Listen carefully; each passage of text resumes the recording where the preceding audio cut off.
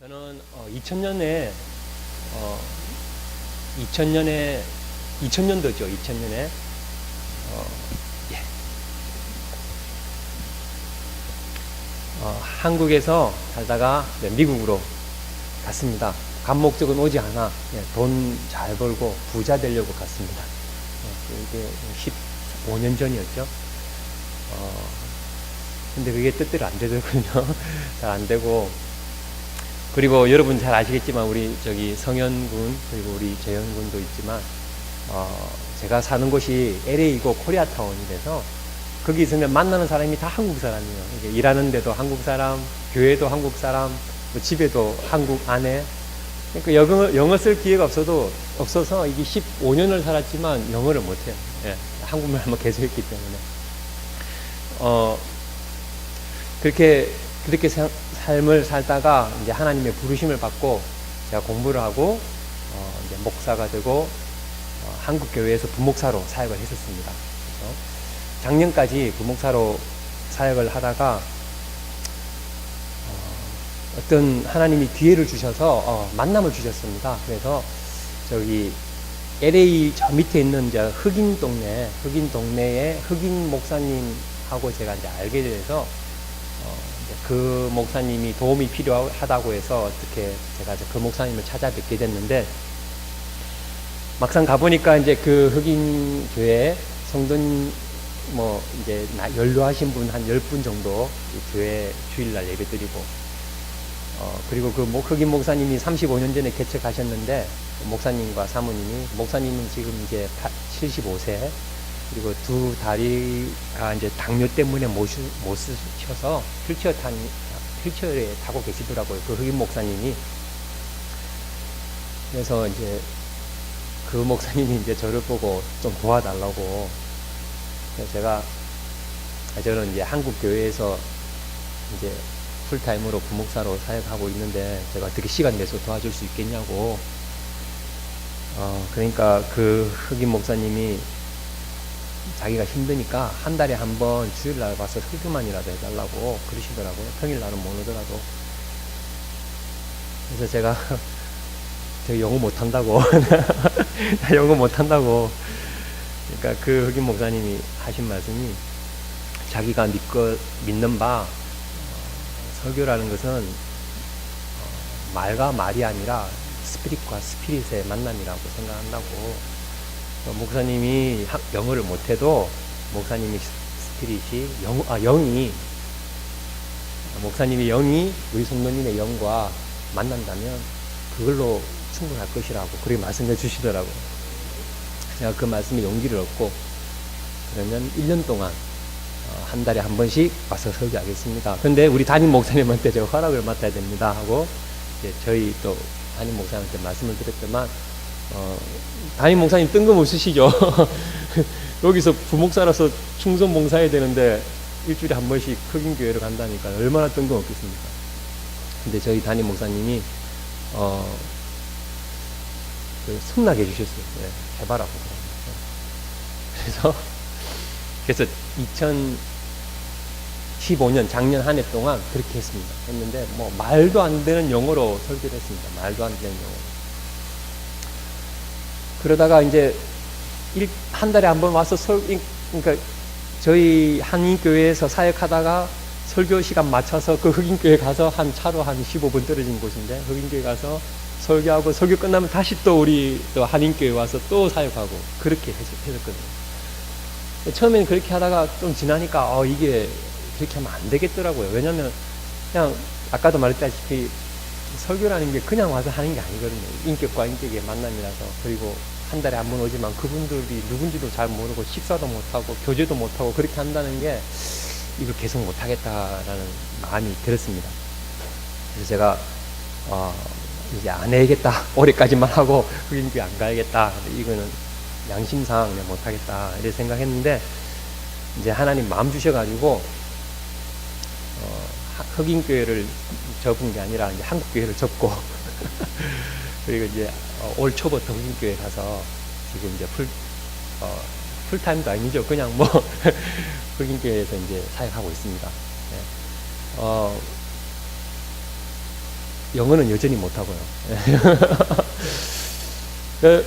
그 상황이 그래서 제 이 짧은 영어로 이제 우리 어떻게 성도님들한테 말씀을 전할까 고민이 되잖아요. 어떻게든 전해야 되니까. 그러니까 막 답답해 미쳐요. 저는 말씀 전할 때 머리는 막 이렇게 가는데 말은 막 안 따라오니까. 그래서 저는 이제 설교를 하다가 이제 뭐 가만히 있을 수가 없어요. 왜냐면 이게 말을 잘해야지 가만 서서 저의 모든 의사를 전달할 수 있는데 말이 안 되니까 가만 이렇게 또 소통한다는 게 입으로만 하는 게 아니잖아요. 그래서 설교 중간에 성도님들 안으로 들어가서 또 흑인 분들이니까 좀 자유로우니까 안으로 들어가서 질문도 하고 설교 중간에 대답도 듣고 대답해도 제가 잘 못 알아들어요. 근데 그냥 굿 이렇게 하고 그리고 막 그림도 그려가면서 뭐 오만 걸 다 동원해서 그분들을 말씀을 전하려고 지금 그렇게 하고 있습니다. 그래서 혹시라도 제가 이 마이크에 의존하지 않고 그냥 왔다 갔다 하더라도 이해해 주세요. 그냥 그리려니 쟤는 그리려니 하고 그렇게 했기 때문에 그리고 우리 김선민 목사님은 제가 그 전에 있던 한국 교회에서 제가 교제하게 되었고 그 전에 작년까지 있었던 한국 교회에서 교제하게 되었고 저를 이렇게 한참 어린 연배인데 뭐 이렇게 신학적으로도 저는 이제 뭐 공부한 지도 늦게 시작했고 그래서 근데 저를 어여쁘게 봐주셨어요. 우리 김성민 목사님이.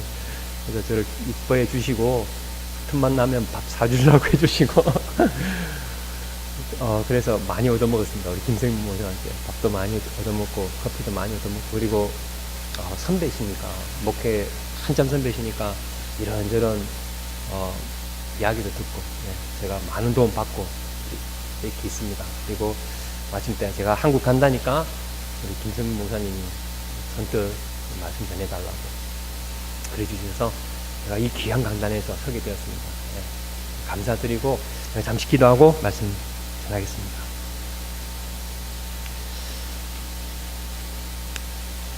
하나님 아버지, 부족한 종을 이 귀한 강단에 세우셨습니다. 하나님 이 시간을 복되게 하사 거룩하게 하여 주시옵소서. 주의 거룩한 말씀 부족한 입술을 통해서 전달되었을 때 하나님의 영이 이곳에 계신 모든 성도님의 영에게 말하게 해주시고 듣게 해주시고 변화되게 하여 주시옵소서. 예수님 이름으로 기도합니다. 아멘. 오늘 말씀 제목을 지내는 삶, 동행하는 삶이라고 했습니다. 우리 인생의 삶에는 여러 가지 이야기가 있습니다. 여러 가지가.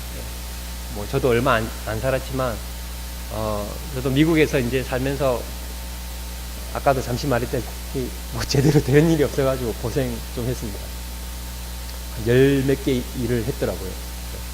그리고 잠도 잘 못 자가면서 먹고 자려고 또 애는 줄줄이 3명 쭉 나가지고 그래가지고 좀 쉽지 않았죠. 근데 그런 인생의 여러 가지 이야기들 뭐 저뿐이겠습니까? 어디 모든 분들이 여러 가지 이야기가 있을 거예요. 살아오시면서. 그런데 저희들의 그 살아온 여러 수많은 이야기를 저 말고 다른 사람이 그걸 송은익이라는 사람은 이런 사람이다 라고 말하면 그건 또 달라지는 거예요. 이야기가. 제가 제 이야기 한다면 오늘 밤새도록 할 수 있죠.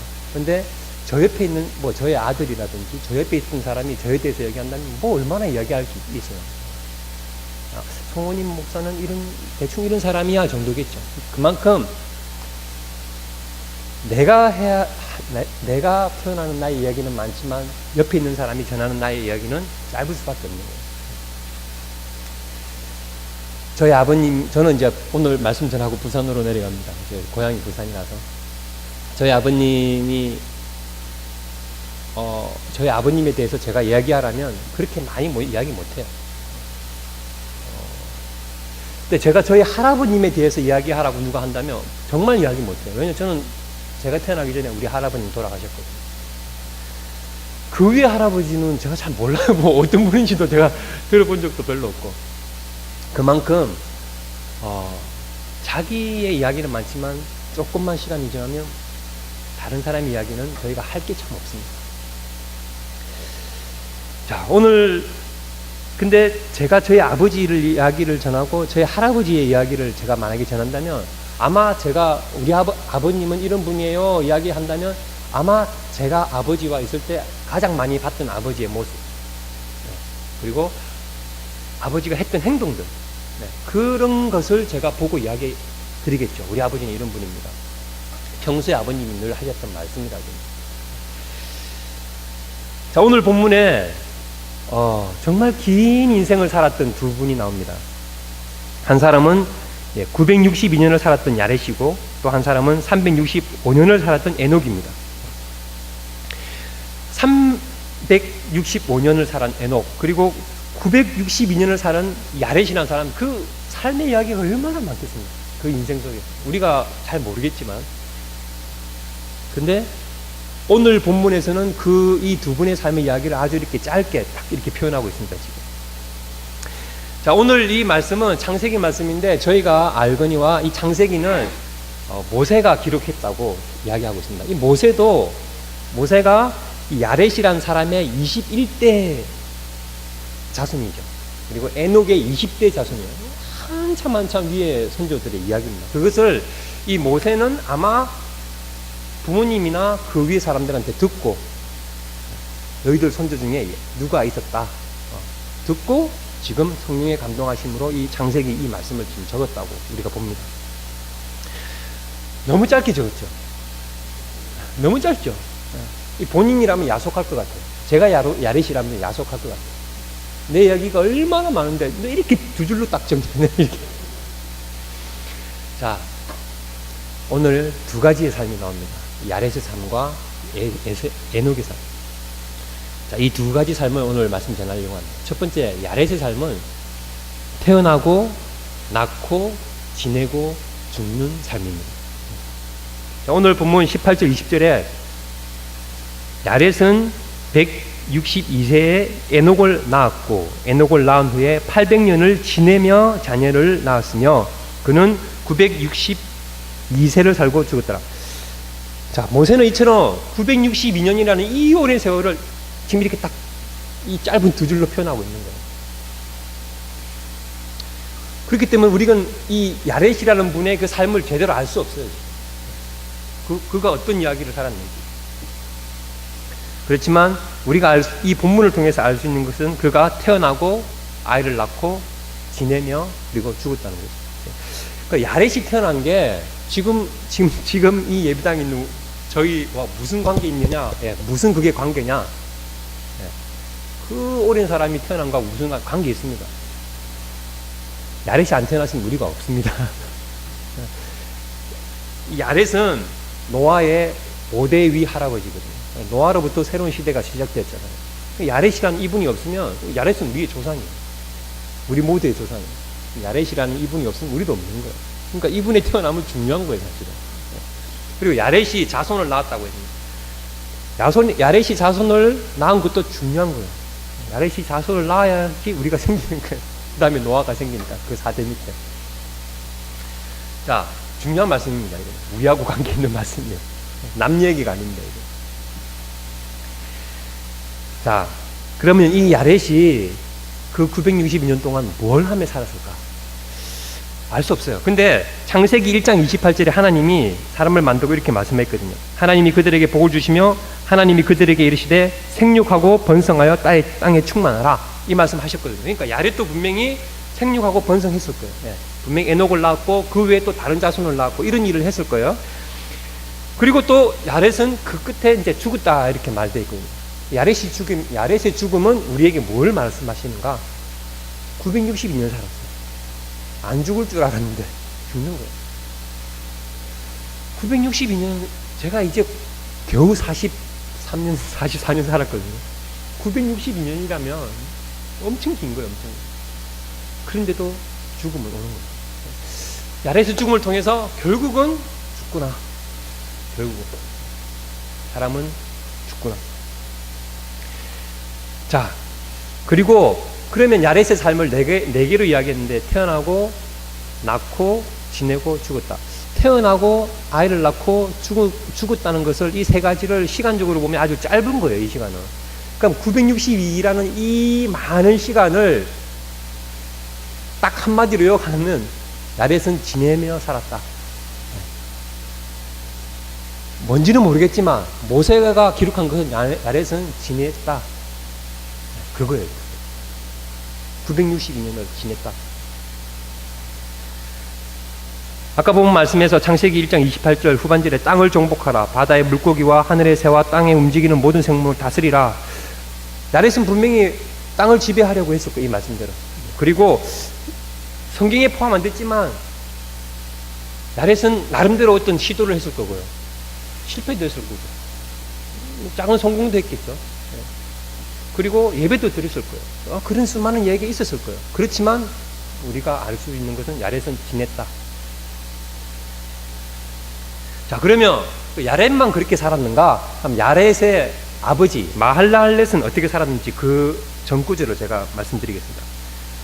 창세기 5장 15절 17절 말씀입니다. 마할랄렛은 65세에 야렛을 낳았고 야렛을 낳은 후 830년을 지내며 자녀를 낳았으며 그는 895세를 살고 죽었더라. 자, 보시다시피 야렛의 아버지 마할랄렛도 야렛하고 똑같은 패턴이에요, 패턴. 맞죠? 모세가 좀 게을렀던 것 같아요. 그냥 똑같이 그냥 적고 하나만 딱 달리 적은 게 연도만 바꿨어요, 연도. 몇 년 살았고 몇 년 살았고 몇 년에 나왔고 이것만 바꿨고 나머지는 똑같이 적은 거예요, 똑같이. 그럼 그 위에 마할랄렛의 위에 그 에노스, 게난의 삶. 여러분 나중에 창세기 5장을 보시면 지금 똑같아요. 에노스 똑같아요. 그 위에 셋 똑같아요. 그 위에 아담 조금 달라요. 아담 부분 창세기 5장 3절 5절에서는 아담은 130세에 자기의 모양 곧 자기의 형상과 같은 아들을 낳아 이름을 셋이라 하고 아담은 셋을 낳은 후 800년을 지내며 자녀들을 낳았으며 그는 930세를 살고 죽었더라. 자, 이 아담의 이야기는 우리가 좀 더 알 수 있어요. 근데 아담의 이 창세기 5장에서 아담의 이야기도 800년을 지내며 자녀를 낳았으며 이렇게 지내며로 이렇게 하고 있는 거예요. 근데 아담의 이야기는 우리가 알 수 있어요. 벌써 창세기 1장부터 알 수 있죠. 하나님이 아담을 만드셨죠. 하와도 만드셨고 그리고 에덴 동산이라는 곳에서 살았고 근데 하나님이 하지 말라는 짓을 했고 그리고 자기 수치를 가리려고 나뭇잎으로 가렸고 그리고 쫓겨났고 그리고 자기 자녀들끼리 싸워서 큰 자녀가 둘째 자녀를 죽였고 이런 일들 우리가 알죠. 네. 그런데 지금 여기에서는 모세는 그냥 그런 거 다 그냥 기록하지 않고 지내며 이렇게 이것만 기록하고 있는 거예요. 지금 이 5장에서는. 자, 그러면 지금 쭉 모든 패턴이 이런 거예요. 지금 A는 몇 세에 B를 낳았고 B를 낳은 후 몇 년을 지내며 자녀를 낳았으며 그는 몇 세를 살고 죽었더라. 이 이야기예요, 이 이야기. 단지 연도만 살짝 바꾼 거예요. 자, 이렇게 되면 창세기 5장에서 이렇게 족보겠지. 족보고 그냥 모든 사람을 그렇게 표현했겠지. 이렇게 생각할 수 있어요. 그렇게 생각할 수 있는데 그런데 그 다음 구절 이 에녹에 와서는 조금 다른 삶을 사는 것을 지금 기록하고 있는 거예요. 그러니까 에녹 뒤는 또 똑같아요. 한번 보세요, 나중에. 다 똑같은데 에녹만 달라요, 에녹. 뭐가 다른지. 에녹은 두 번째 삶입니다. 에녹은 태어나고 낳고 하나님과 동행하고 죽지 않는 삶을 살았어요. 21절 24절입니다. 오늘 말씀. 에녹은 65세에 무두세라를 낳았고 무드셀라를 낳은 후 300년을 하나님과 동행하며 자녀를 낳았으며 그는 365세를 살았더라. 에녹이 하나님과 동행하더니 하나님이 그를 데려가심으로 세상에 있지 아니하였더라. 예. 자, 에녹은 그 손자들의 삶의 그 4가지 요소 중에 2가지는 똑같았어요. 태어나고 낳고. 근데 그 손자들의 삶 속에서 지내면은 어떻게 표현됐냐면 하나님과 동행하며로 표현되어 있고, 그리고 죽었더라 라는 것은 하나님이 데려갔더라 이렇게 표현됐어요. 2개는 같았고 2개는 달랐어요 지금. 자, 그러면 에녹이 하나님과, 우리가 잘 알다시피 에녹이 하나님과 동행했다고 했는데, 하나님과 동행한다는 게 이제 뭔지, 그게 뭘 뜻하는 건지, 그게 지금을 살고 있는 나하고 무슨 관계가 있는지, 그게 이제 오늘 말씀 전하려는 내용입니다. 에녹이 하나님과 동행했다. 에녹이 하나님과 동행했다. 그 동행했다는 것의 의미는 무엇이냐? 에녹은 하나님이 계심을 믿었다는 거예요. 옆에 계심. 자, 쉽게 이야기하겠습니다. 제가 지금 오늘 아내와 동행하고 여기까지 왔어요. 그리고 우리 이평희 집사님이 저를 엉뚱한 곳에서 저를 감사하게도 데리고 동행해 주셨어요. 여기까지. 제가 동행한 거죠. 저희 아내와 이평희 집사님과. 그게 동행이에요. 누군가와 동행한다는 것은 누가 옆에 있다는 거예요. 에녹이 하나님과 동행했다는 것은 에녹은 하나님이 옆에 있다고 항상 믿고 있었던 거예요. 그냥 나 하나님 동행해 이게 아니라, 좀 전에 이평희 주사님이 저와 동행해 주신 그런 동행, 정말 실질적이고 정말 여기서 하나님 옆에 있는 그 하나님과 동행한 거예요. 에녹은 그걸 믿은 거예요.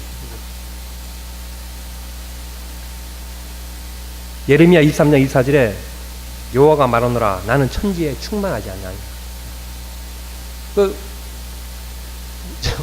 제가 좀 전에 있었던 아내와 둘이서 이게 좀 황량한 데서 있었던, 거기에도 하나님 계셨고 여기도 하나님 계시고, 제가 사는 미국에도 계시고.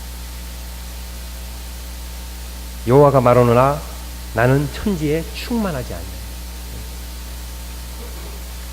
그러니까 에녹은 이 말씀을 너무나도 잘 믿었더라고요. 충만한 하나님. 그냥 우리가 입으로 고백하는 충만한 하나님 하고는 조금 더 수준 높았던 것 같아요. 그게 동행이에요.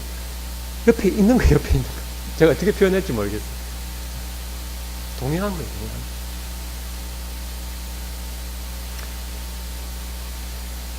하나님이 지금 이전에 계십니다. 충만히 계십니다. 충만히. 그렇다면 증거는 뭡니까? 증거. 하나님이 지금 저와 함께 있다는 이 증거, 여기 함께 계신다는 이 증거, 그 증거는 뭡니까? 그 증거는 뭐 신학자들이 여러 가지 이야기할 수 있겠죠. 근데 뭐 저는 이 자리에서 말씀드리는 것은 하나님이 지금 제 옆에 있다고 제가 여러분한테 말할 수 있는 증거는 저의 믿음입니다. 그거밖에 없습니다. 히브리서 11장 1절에 믿음은 바라는 것들의 실상이요 보지 않는 것들의 증거니.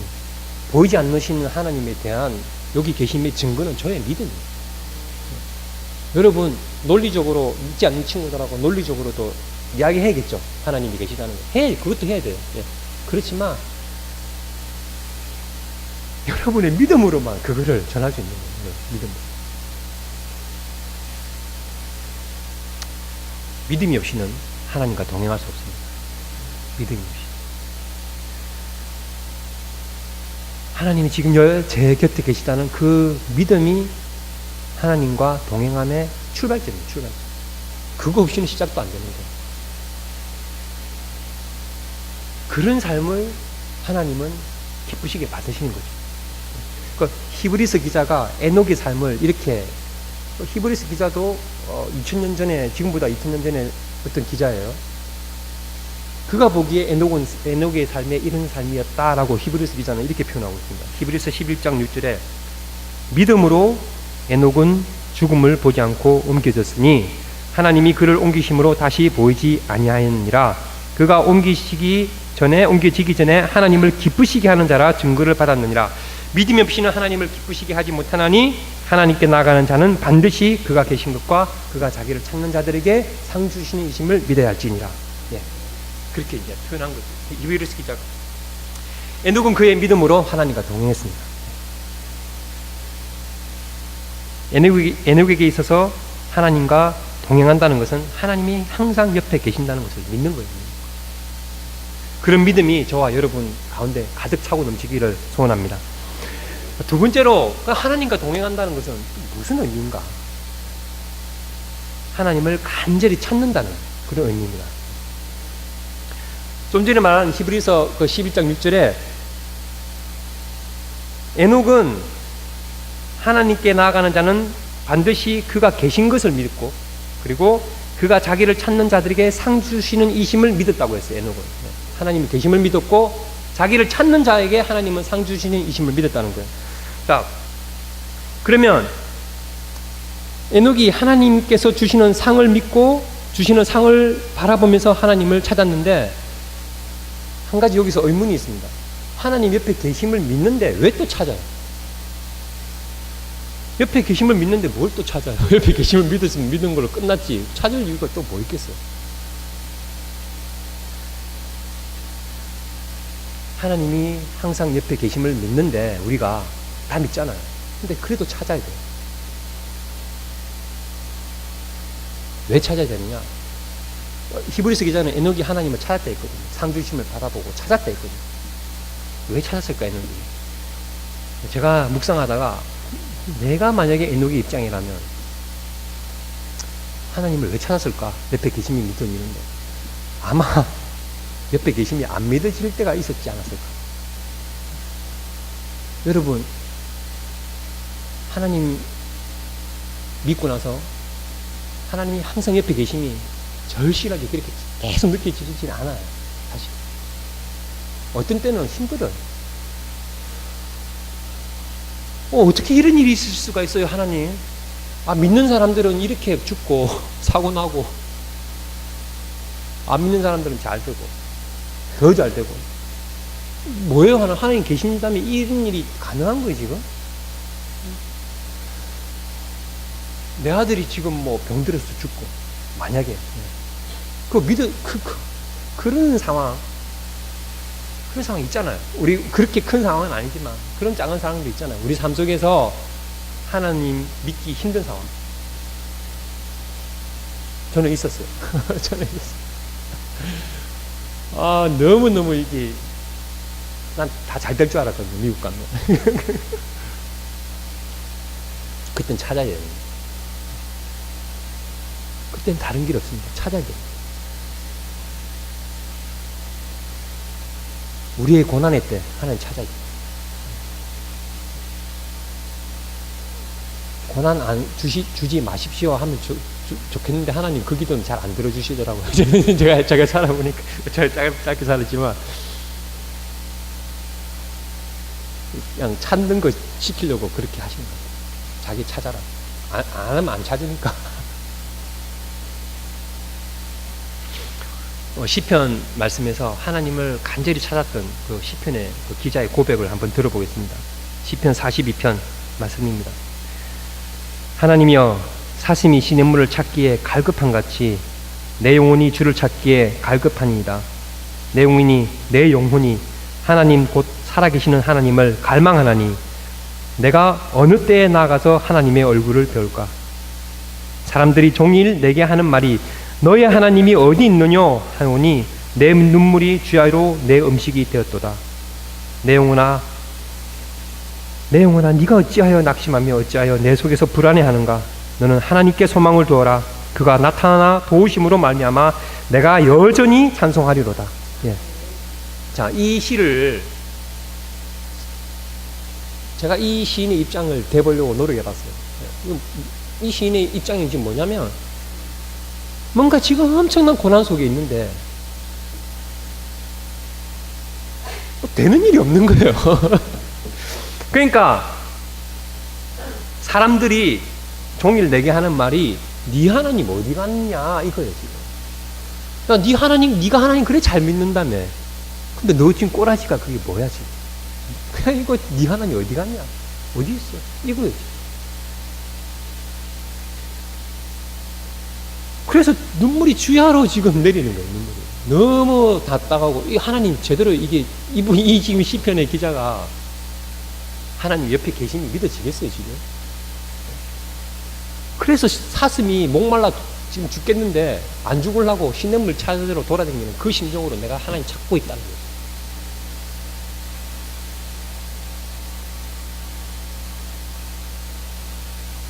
이 시편 기자는 자기가 자기한테 말하고 있어요. 야, 은희가, 내 영혼아, 낭망하지 마라. 지금 그 상황이지만 네가 되는 것도 없고 네 주위에 있는 사람이 이거 네 믿는 하나님 어디 갔냐 지금 그러고 있는데 낭망하지 마라. 나가 나한테 지금 이야기하고 있는 거야. 그래도 하나님께 소망을 둬라. 그래도 소망을 둬라. 나타나서 도우실 거다. 그리고 나서 이 시편 기자는 뭐 했냐면 여전히 찬송했어요. 여전히 찬송. 잘 될 때 찬송한 게 아니라 그 옆에 있는 안 믿는 사람이 욕할 때 찬송해요.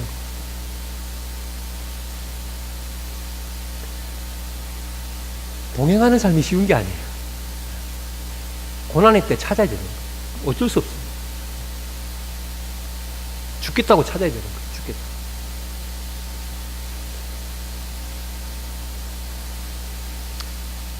하나님과 동행하는 삶은 우리의 고난의 때 하나님을 죽으라고 찾는 그게 동행하는 삶이에요. 항상 좋으면 얼마나 좋겠어요. 자, 하나님과 동행함이 믿어지는데 왜 또 하나님을 찾아야 되느냐? 고난의 때가 있기 때문에 찾아야 됩니다. 맞죠? 그리고 또 이때가 두 번째 때가 있는데 이때는 더 하나님 찾기 힘들다고 볼 수도 있어요. 어떨 때냐? 잘 될 때. 평탄할 때. 모든 게 순조로울 때. 아픈 사람도 가정이 없고 아이들도 잘 되고 비즈니스도 잘 되고 교회에서도 잘 되고 생각한 대로 잘 되고 사람들과의 관계도 좋고 자 이렇게 모든 게 평탄할 때 참 하나님께 감사할 것 같죠 우리가. 근데 하나님이 그럴 때도 너희들 감사하기 쉽지 않다는 것을 말씀하고 있는 게 누가복음 말씀이에요. 누가복음 17장에서 10명의 문둥병자가 고침을 받았는데 예수님이 이렇게 말씀했어요. 10사람이 다 깨끗함을 받지 않았느냐? 그 9은 어디 갔느냐? 잘 되면 하나님께 감사할 것 같죠? 근데 이 사람이에요. 이 사람이에요. 10명 중에 1명 온다니까요. 1명 하나님 예수님께 와서 감사를 고백한다니까요. 그것도 사마리아예요. 여러분 감사하면 내가 잘 할 것 같죠? 하나님한테. 장담하지 마세요. 장담하지 마세요. 나는 10명 중에 1명이라고 장담 저도 했으면 좋겠어요. 저도 그렇게 했으면 좋겠어요. 장담했으면 좋겠는데 또 장담 못 하겠어요. 예수님이 그냥 이 말씀 하신 게 아니거든요. 거의 9명은 안 합니다. 제가 그 9명에 들어갈 수 있는 거예요. 많은 거죠. 확률적으로 말하면. 잘 될 때는 사람들이 잘 될 때는 뭘 찾냐면 자기 좋아하는 거 찾는 것 같아요. 골프 좋아하는 사람은 골프 찾고요. 여행 좋아하는 사람은 여행 찾고 술 좋아하는 사람은 술 찾고 남자 같으면 여자 좋아하는 사람은 여자 찾고 찾을 거리 얼마나 많습니까? 요즘에 돈만 있습니다. 너무나도 찾을 수 있는 거리 많아요. 자, 그렇다면 우리가 평탄할 때도 어떻게 하나님을 계속 찾을 수 있을까? 그러니까 고난의 때도 하나님 찾기 힘들어요. 평탄할 때 더 힘들어요. 고난의 때는 어떻게 보면 쉬워요. 저는 좀 쉽더라고요. 고난의 때 하나님 찾는 거. 죽을 지경이니까 하나님 찾는 거예요. 내가 지금 죽겠으니까. 아이고, 하나님, 나 좀 도와달라고. 얼마나 찾았는지. 평탄할 때는 찾기 힘들어요. 진짜. 평탄할 때는 어떻게 그럼 하나님 찾을까? 고난의 때 하나님을 찾는 것은 믿음이 필요합니다. 평탄할 때 하나님을 찾을 수 있는 것은 훈련이 필요합니다. 습관이 돼야 돼요, 습관. 그러니까 고난의 때부터, 그냥 평범할 때부터 잘 될 때까지, 이게 그냥 고난의 때, 평범할 때 계속 밥을 먹듯이 하나님을 찾는 훈련을 하면 형통의 때도 이게 그냥 훈련적으로 그냥 연결되듯이 훈련을 해야 돼요. 잘 되겠지 하면 10분의 1 확률 걸고 내가 지금 그 불안한 그 10분의 1에 나를 맡기는 거예요. 지금. 훈련해야 돼요. 훈련. 10분의 1 안에 들어가기 위해서는. 하나님을 그러면 평탄할 때도 잘 될 때도 하나님의 찾는 훈련 어떻게 해야 되느냐? 뭐 여러 가지 있을 수 있습니다. 근데 제가 이 자리에서 말씀드리고 싶은 것은 계속 하나님 생각하셔야 돼요. 계속. 저도 잘 안 되지만 저희가 뭘 찾다가 뭐 그런 일 있잖아요. 뭔가 찾다가 내가 지금 뭘 찾고 있지? 이럴 때 있죠. 뭐 찾긴 찾다가 뭘 찾는지도 잊어먹고 뭘 하고 있을 때가 있어요. 우리가. 왜 그런 줄 아세요? 그 찾고 있는 대상을 내가 생각 안 했기 때문에, 다른 생각했기 때문에, 찾다가 다른 생각했기 때문에 제가 이 지금 성경책을 찾고 있다가 이거 찾는 중에 제가 다른 걸 생각하기 때문에 이거를 찾고 있다는 거를 잊어먹는 거예요. 하나님을 찾는다는 것은 하나님을 계속 생각한다. 계속. 쉽지 않죠. 네, 저도 안 돼요. 안 되죠, 저도. 네, 많이 안 되죠. 끊임없이 연습해야 되는 거예요. 차를 탈 때든, 화장실에서 응가를 할 때든. 네. 습관이 돼야 돼요, 습관. 그래야지 잘 될 때 겨우겨우 그나마 하나님 찾을 수 있다니까요. 자, 오늘의 말씀, 이 에녹은 어떻게 하나님 찾았을까? 에녹은 65세에 무두셀라를 낳았고, 무두셀라를 낳은 후 300년을 하나님과 동행하며 자녀를 낳았으며. 여기서 지금 말씀하고 있는 것은 에녹이 무두셀라를 낳았고, 무두셀라를 낳은 후 300년을 하나님과 동행했다 했거든요. 65세에 낳았어요. 65세 전에는 하나님과 동행했다는 것은 어떻게 보면 지금 이 딱 본문으로 본다면 그거는 알 수 없는 거예요. 근데 에녹을 아들을 65세에 낳은 후 하나님과 동행했다 했어요. 에녹이 그리고 하나님과 동행하며 자녀들을 낳았습니다.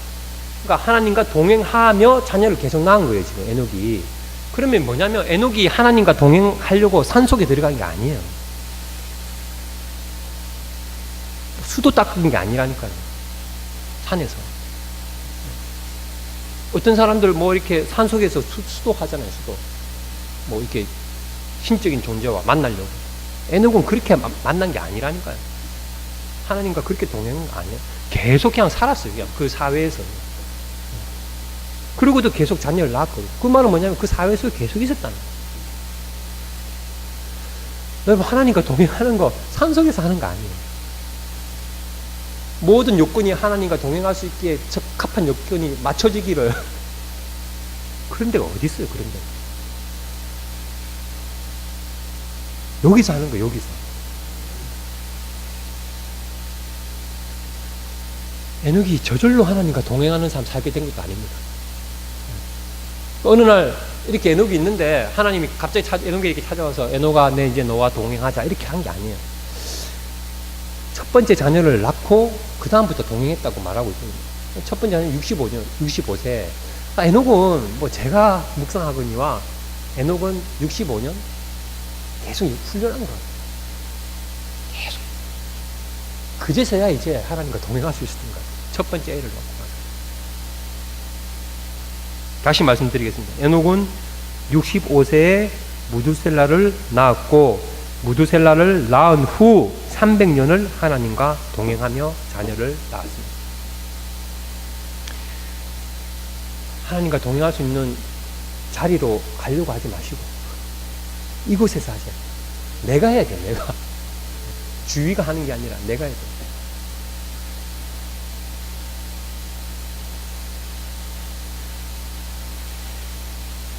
얼마 전에 제가 지금 자녀가 3명인데 큰애가 중학교 우리 재현이? 재현이보다 1살 작네요. 우리 남자인데.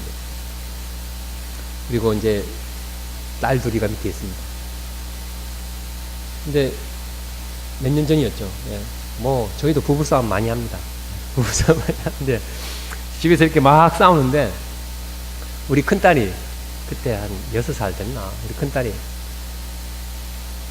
Love your enemy 이러는 거예요. 우리가 막 싸우고 있는데 그게 뭐냐면 원수를 사랑하라 하고 그러는 거예요.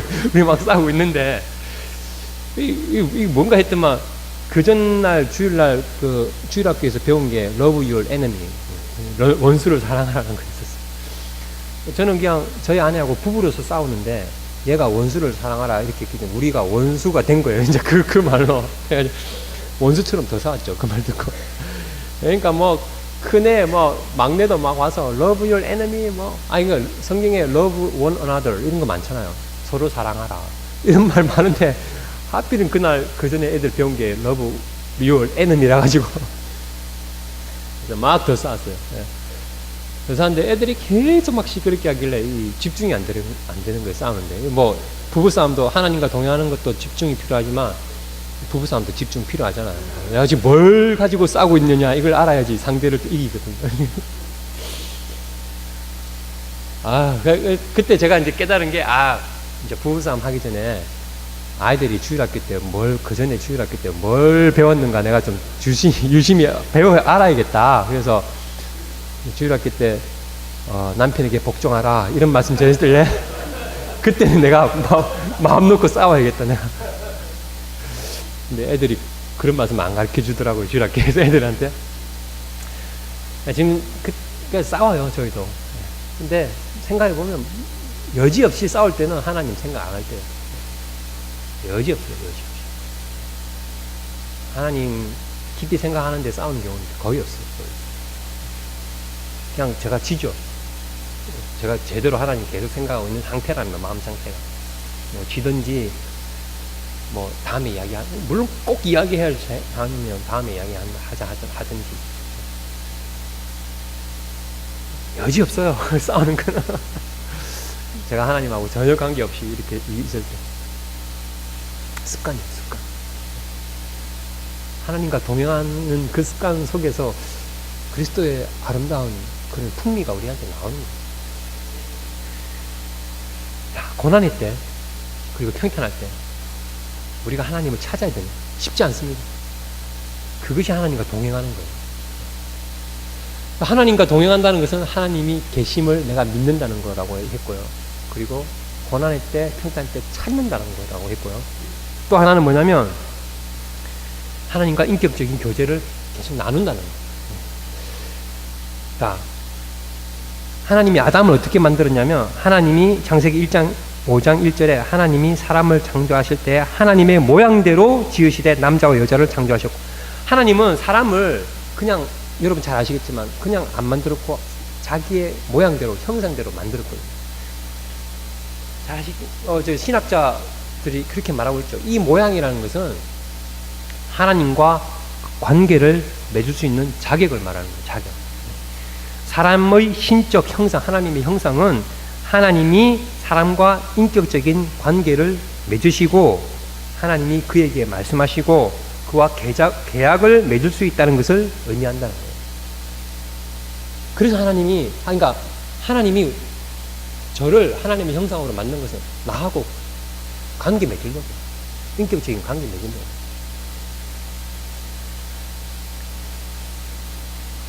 자, 그러면 하나님과 인격적인 관계를 맺는다는 게 뭔가? 자, 항상 우리 곁에 있는 거 하나님이 있습니다. 그리고 생각해보면 공기도 우리 옆에 있어요. 공기, 에어, 공기. 하나님과 공기는 공통점이 있어요. 안 보인다는 거, 항상 옆에 있다는 거, 우리가 있는 것을 믿는다는 거, 어쨌든. 이 세 개의 공통점이 있어요. 근데 여러분 주위에 공기한테, 공기야 고마워. 옆에 있어줘서 고마워. 너 때문에 내가 살아. 이런 사람 있어요?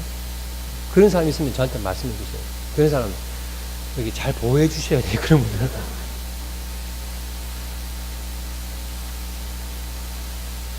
이렇게 길을 가다가 아름다운 석양을 봤을 때, 야, 공기야, 너무 아름답지. 정말 그런 사람 있어요? 돌봐줘야 돼, 그런 사람. 왜냐, 공기는 인격체가 아니에요. 항상 있지만 인격체가 아니에요. 하나님은 인격체예요. 계속 말을 해야 돼요, 하나님한테. 마음으로. 입으로. 누가 옆에서 미쳤다 하더라도, 중얼중얼.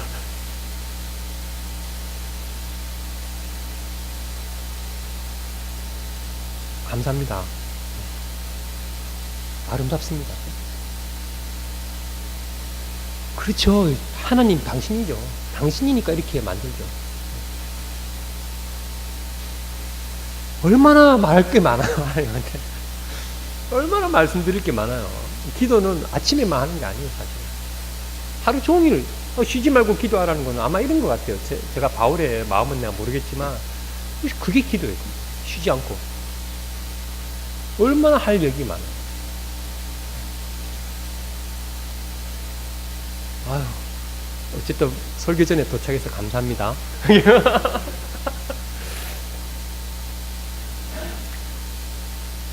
하나님 이전 가운데 하나님 은혜가 가득 차고 넘치게 해주십시오. 이렇게 들어오면서 제가 이렇게 생각하는 거죠. 예를 들면 그게 동행하는 거잖아요. 뭐가 동행하는 거예요? 특별히 그게 동행한다는 게 인격체라니까요.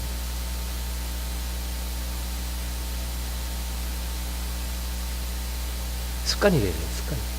그 절대 저도 안 돼요. 저도 안 돼요. 그래서 계속 죽을 때까지 이거 저도 죽을 때까지 하는 거예요. 연습하는 거죠. 계속 하나님과 이야기하고, 말하고, 듣고, 들으려고 하고.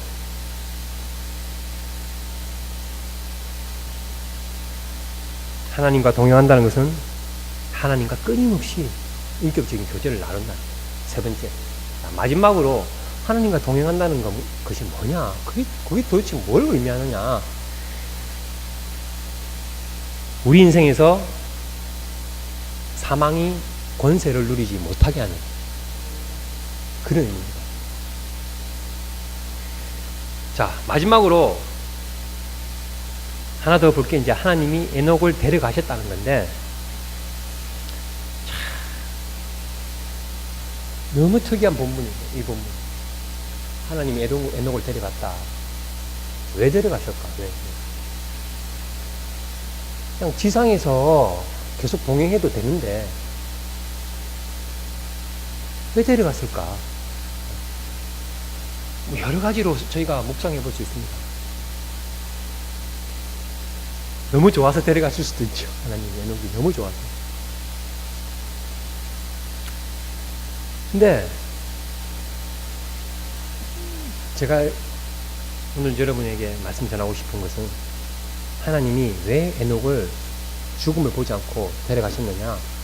왜냐하면 에녹에게는 죽음이라는 게 의미가 없는 거예요. 하나님이 그렇게 에녹을 데려가고 그러면 천국에서 에녹하고 뭐 했겠어요? 일 시켜 먹었겠어요? 에녹아, 내가 좀 일이 많으니까 네가 좀 조금 일찍 와라. 조금 일찍 와서 나 좀 도와줘. 일 시켜 먹었겠어요, 에녹한테? 그러려고 데리고 갔겠어요? 아니야. 하나님이 에녹 하늘에 천국에 일찍 데려가서 뭐 했을까요? 지상에서 했던 거 똑같은 거 했을 거예요. 계속 사랑을 나눴을 거예요, 에녹하고. 그러면 에녹은 이 땅에서 했던 거 똑같이 위에서도 한 거예요.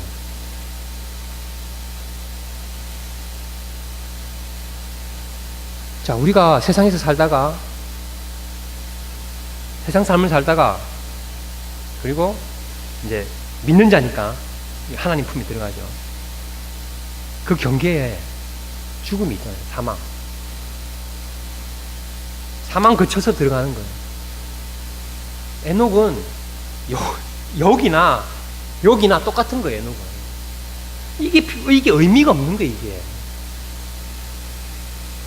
의미가 없는 거예요. 이게 사망이라는 거. 아무 의미가 없는 거예요. 에녹한테는. 에녹은 하나님과 동행한 이 삶, 천국에서 똑같이 하나님과 동행하면서 교제했을 거예요. 하나님. 지금도. 그렇기 때문에 에녹에게는 죽음이라는 게 의미가 없는 삶입니다. 하늘에서 영원히 해야 할 일을 에녹은 이 땅에서부터 했던 거예요. 그런데 우리 인생을 돌이켜보면, 저를 돌이켜보면 죽음이라는 게 큰 의미가 있습니다. 어떤 사람한테 죽음이라는 게 큰 의미가 있는가? 세상을 사랑하는 사람한테는 죽음이 큰 의미가 있습니다. 왜냐?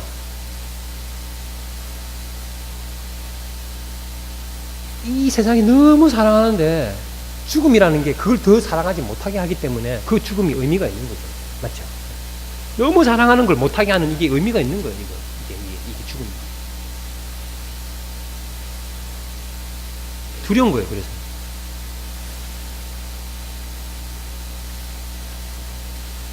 말씀은 세상을 사랑하지 말고 하나님을 사랑하고 영원한 것을 사모하라고 저희들에게 늘 말씀하고 있습니다. 요한일서 2장 15절 17절에 이 세상이나 세상에 있는 것들을 사랑하지 말라. 누구든지 세상을 사랑하면 아버지의 사랑이 그 안에 있지 아니하니 이는 세상에 있는 모든 것이 육신의 정욕과 안목의 정욕과 이생의 자랑이니 다 아버지께로 온 것이 아니요 세상으로부터 온 것이라. 이 세상도 그 정욕도 지나가되 오직 하나님의 뜻을 행하는 자는 영원히 거하느니라. 우리가 사랑해야 할 대상은 하나님이에요. 하나님. 그리고 우리 이웃이죠. 공동체.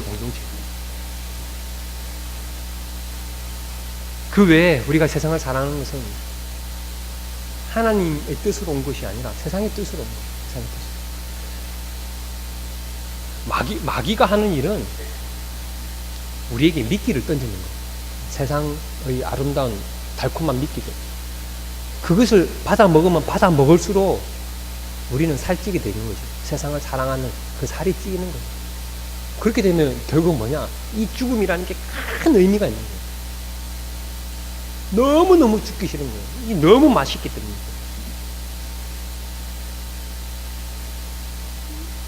그렇게 가꾸어 온 내 몸, 그렇게 벌어온 내 돈, 그렇게 쌓아온 나의 명예, 그렇게 애지중지 키워온 내 자녀들.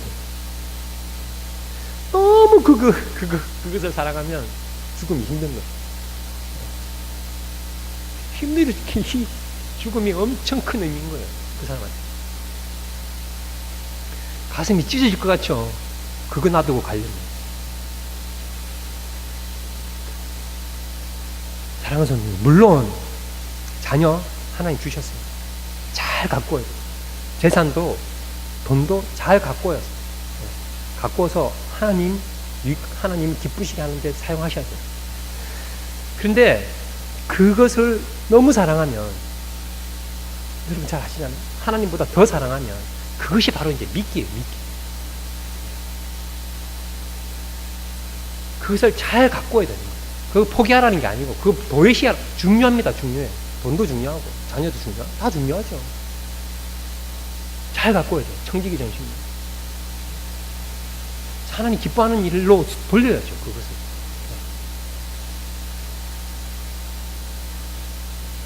하나님 왜 더 사랑하는 거? 그게 이제 믿긴 거예요.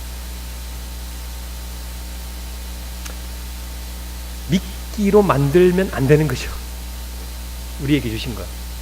그것을 축복으로 만들어야 돼요. 그게 마음을 너무 치념치 말고 그거와 동행하지 말고 하나님과 동행하면 여러분이 가지고 계신 것을 축복으로 만들어야 돼요. 그리고 나눠야 됩니다. 죽음이 큰 의미가 있는 사람은 세상을 사랑하는 사람, 그리고 자기 꿈이 큰 사람이 또 죽음이 큰 의미가 있어요. 자기 꿈이 큰 사람, 징기스칸, 알렉산더 대왕, 이런 사람들, 알렉산더 대왕, 알렉산더 대왕은 젊은 30 초반에 죽었죠. 얼마나 그 죽음이 큰 의미가 있었겠어요, 그한테는. 왜냐하면 세계를 정복하고 싶었거든요.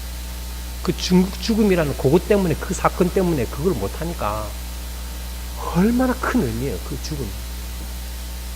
그 왕한테는. 우리가 꿈이 있어야 돼요. 예. 근데 이게 나의 꿈이면 안 되는 거예요. 하나님이 주신 꿈이어야 됩니다. 내 꿈하고 하나님 주신 꿈하고는 다른 거예요. 내 꿈은 내가 못하면 이제 내가 속에서 하는 거죠. 그거 못하고 죽으면 이제 허망한 거죠. 근데 하나님이 주신 꿈을 내가 해나가다가 하나님 앞에 가더라도 저는 그냥 하나님이 있으라 하는 곳에, 마음 주신 곳에 내가 있으면서 그곳에서 열심히, 어떤 우리 흑인 성도님들 나이 드신 분 한 10명이 계세요. 근데 어떻게 하나님이 저한테 주신 영역인데. 그분들 붙들고 이렇게 열심히 있는 거. 저는 사실 저는 꿈이 별로 없어요. 저는 꿈이 없어요. 별로. 이렇게 뭘 하고 싶은 꿈이 별로 없어요. 그냥 하라는 거가 하는 게 제 꿈이에요. 그러다가 이제 제가 죽으면 저는 안 아실 것 같아요, 별로. 왜냐면 제 꿈이 없었거든요. 제가 못하면 하나님이 또 하실 거니까, 다른 사람 통해서. 자기 꿈, 하나님 꿈이시니까 뭐. 자기 꿈이 너무 크면 죽음이라는 게 큰 의미가 있습니다. 하나님의 꿈을 우리가 살아야 되는 거예요. 우리 하나님의 꿈. 자, 이처럼 에녹은 이 죽음이라는 게 별 의미 없는 삶을 사는 거예요. 그러면 누가 제일 기분 나쁠까요? 마귀가 제일 기분 나쁘죠. 이 죽는다는 것은 마귀의 최고의 작품이에요, 작품. 걸작품이에요, 이 사망은. 로마서 5장 17절에 한 사람의 범죄로 말미암아 사망이 그 한 사람을 통하여 왕노릇 하였으니, 아담이 범죄로 말미암아 아담의 인생 속에서 사망이 들어온 거 이제. 그래서 그 사망이 왕노릇 한 거예요, 아담의 인생을. 범죄로 말미암아 너 이제 반드시 죽을 거야. 그때부터 아담의 왕은 사망이었어요, 사망. 죽는다는 게 왕이 왕. 얼마나 무서웠겠어, 아담은. 하나님보다 아마 더 무서웠을 거예요. 왕노릇 했다고 지금 로마서에서 말하고 있어요. 사망이 왕노릇 했다, 아담 인생에. 사망이 왕노릇 하고 있는 지금 상황이 지금 얼마나 많아요. 그 왕이에요. 사망이 왕인 거죠.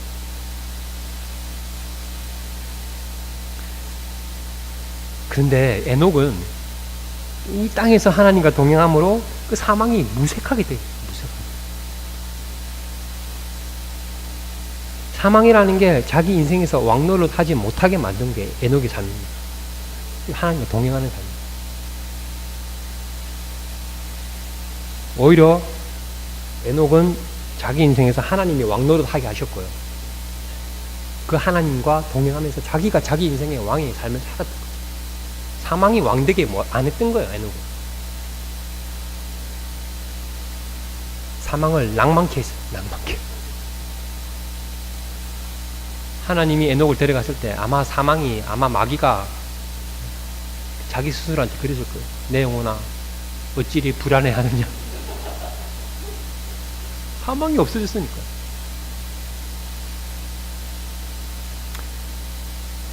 그래서 이 사건은 중요한 사건이에요. 에녹이 죽음을 보지 않고 하나님께 간 것은 중요한 사건이에요. 왜냐하면 이것은 하나의 경고예요, 경고. 하나님께서 주시는 경고예요. 누구한테? 마귀한테. 어떻게 보면. 지금 에녹이 사망을 보지 않고 하나님께 갔을 때 사망은 엄청 낙심했었어요.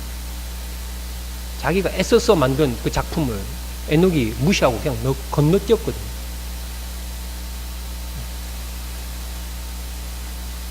사망이 얼마나 낭망되겠어요. 근데 이 사건을 통해서 이 사망이 불안했을 것 같아요. 진짜. 더 큰 사건이 생길 것 같아가지고. 더 어마어마한 사건이 생길 것 같은 불안함. 그 사건이 생겼죠. 터졌죠, 그 사건이. 어디서 터졌어요? 무덤에서 터졌어요. 예수 부활하신 거예요, 예수. 에녹은 이 사망을 건너뛰었어요. 맞죠? 예수님은 이 사망을 사망했어요, 예수님은. 근데 부활했어요. 그러니까 사망 입장에는 자기를 가지고 논 거예요, 예수님. 제가 이렇게 표현해서 죄송하지만 몰라요. 저는 뭐 영어로 막 뒤죽박죽 설명하다 보니까 그렇게 하다 보니까 예수님이 사망을 사망시킨 거예요. 부활로 통해서.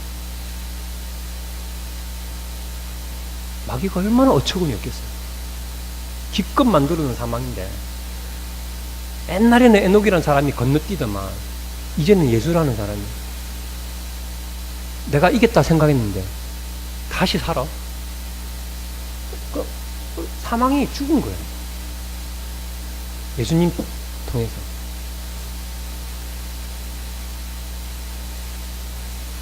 예수님이 이렇게 말씀하시죠. 요한복음 16장 34절에 세상에서는 너희가 환난을 당하나 담대하라. 내가 세상을 이겼노. 이 세상은 마귀예요, 마귀. 내가 이겼다고 이미 발표했어요, 예수님. 고린도전서 15장 55절에 사망아 너의 승리가 어디 있느냐. 사망아 네가 그 쏘는 것이 어디 있느냐. 예수님의 부활로 사도 바울은 사망아 네 언제 어디 있어? 넌 없어 이제 내 인생에서.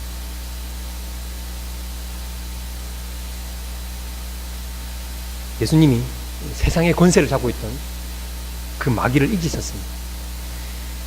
그 마귀의 그 최대 무기인 그 사망을 예수님이 무효화시키는 거예요. 예수님의 이 공로로 말미암아 은혜를 받은 우리도 예수님과 함께 왕노를 할 것입니다. 로마서 5장 17절에 한 사람의 범죄로 말미암아 아담이죠. 사망이 그 한 사람을 통하여 왕노릇 하였은즉 더욱 은혜와 의의 선물을 넘치게 받은 자들은 우리 같은 자들 한 분 예수 그리스도를 통하여 생명 안에서 왕노릇 하리로다. 여러분 왕노릇 한다는 것은 사망을 두려워하지 않는 그 상태가 왕노릇 하는 거예요. 여러분 사망을 두려워한다는 건 여전히 사망이 여러분을 왕노릇 하고 있다는 거예요. 사망이. 예수님의 부활을 무색하게 만드는 거예요. 그거는 오히려. 우리 육신 죽습니다. 근데 이 육신에 죽는 게 사실 죽는 게 아니에요. 예수님 안에서 우리는 예수님과 함께 부활하기 때문에. 부활이라는 게 없어야지 사망이 의미가 있습니다. 부활이 없어야지 의미가 있죠. 근데 부활인데 사망이 뭐가 의미가 있겠어요? 재미가 없는 거죠. 예수님이 부활하심으로 사망이 힘을 잃었습니다.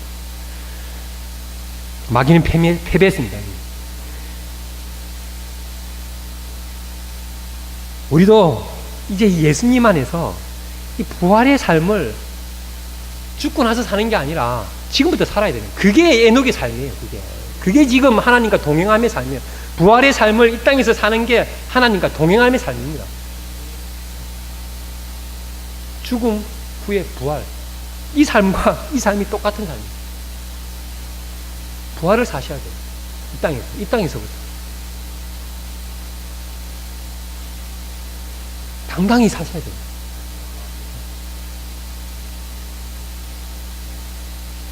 우리 인생에서 결코 마귀가 권세를 부리지 못하게, 사망이 권세를 부리지 못하게 우리가 살아야 되는 거예요. 그렇게 사는 것이 예수님이 우리를 위해 하신 일을 더 빛나게 하는 삶이에요. 말씀을 맺겠습니다. 자, 어떤 한 사람의 좀 긴 인생이죠. 길다면 긴 인생. 그 인생을 한마디로 탁 요약한 게 묘비명이죠.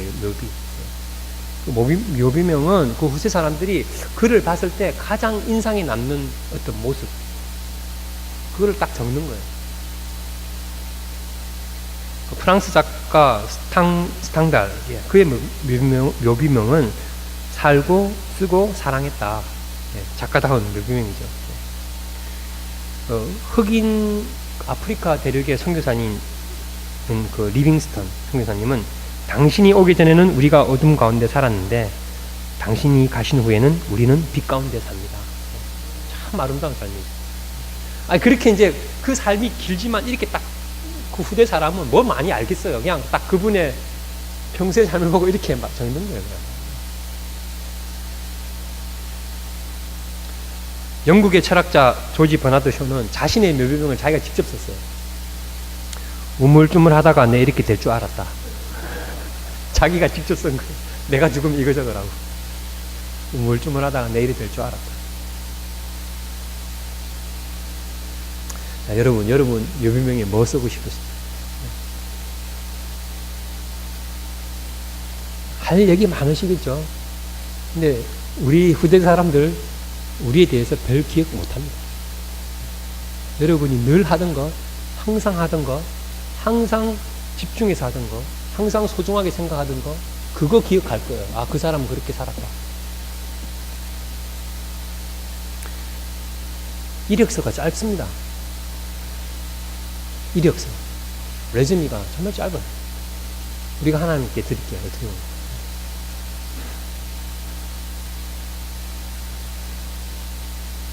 지내며 살 것이냐, 하나님과 동행하며 살 것이냐.